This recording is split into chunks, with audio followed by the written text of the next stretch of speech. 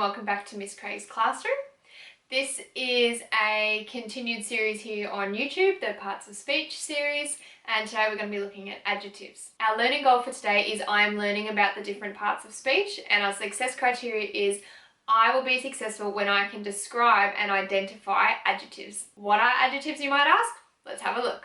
Alright, adjectives are describing words, but they don't just describe anything, they describe the noun.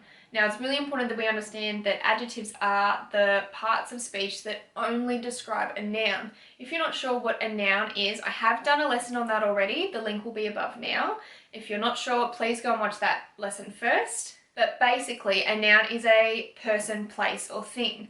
A proper noun, which adjectives also describe, are the name of a person, place, or thing. There are lots of different types of adjectives, but today we are going to be focusing on one in particular, descriptive adjectives. When we look at descriptive adjectives, we often think to describe these common things, like the size of something, its colour, its taste, the physical appearance of it, its location, and the quantity of it.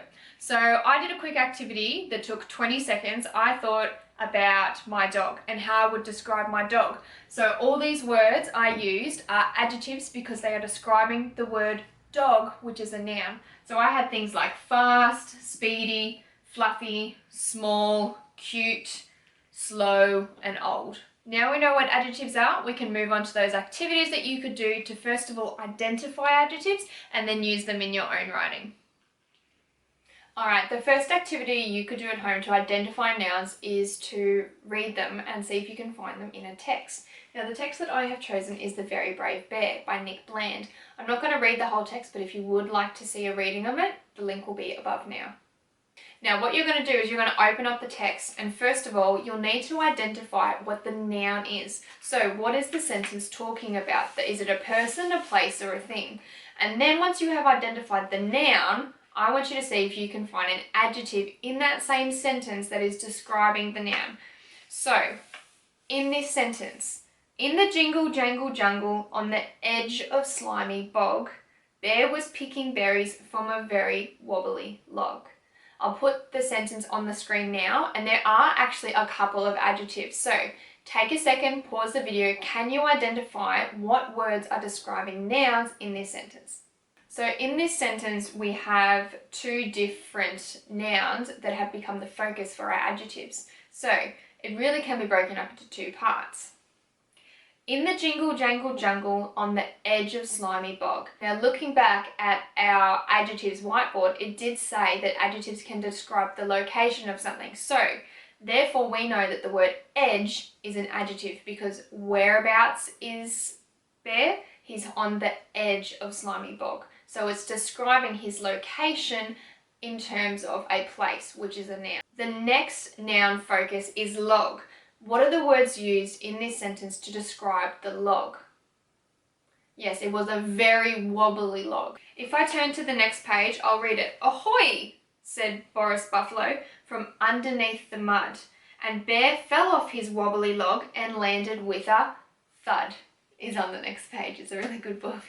In this sentence, again, we have two really standout adjectives that are describing nouns. So we know that the word mud is that first noun. So what is the word or the adjective in that sentence that is describing the mud?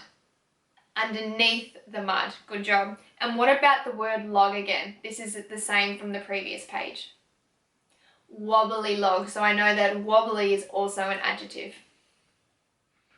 Alright, once you have identified as many adjectives as you can find in a text, there are a couple of different activities you could do to practice using those adjectives. Now, the first would be to create a poster based on the adjectives in the text. So I've got my students to do this before. They picked their 10 favourite adjectives from a text. They, in the centre of a page, drew the front cover and title illustrations, and around the outside they put those 10 favourite adjectives.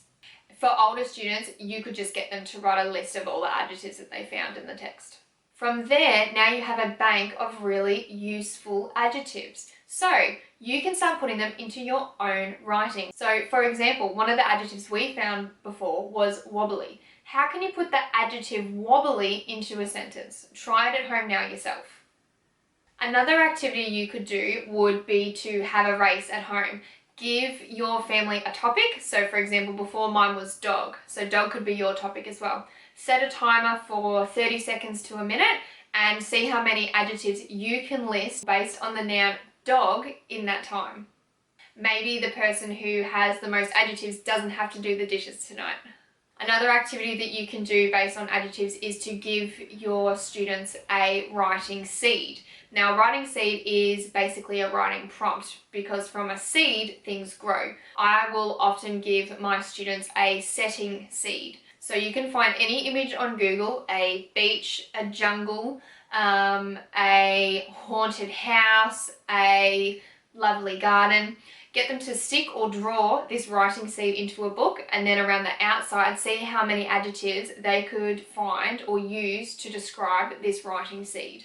This doesn't necessarily have to be with a setting, this could be with a character as well, or anything that you can find. I have once done a lesson on using a stick as a writing seed. Pointy, brown, solid. There are lots of things once you actually start thinking about it, lots of adjectives you could use to describe a stick. Alright guys, that is the end of our writing lesson today. Were you successful? Do you now know that an adjective is a word that describes a noun? Can you identify an adjective in a text and can you then use it in your own writing? I hope you had a good time today and I'll see you next time for our next parts of speech lesson. Bye!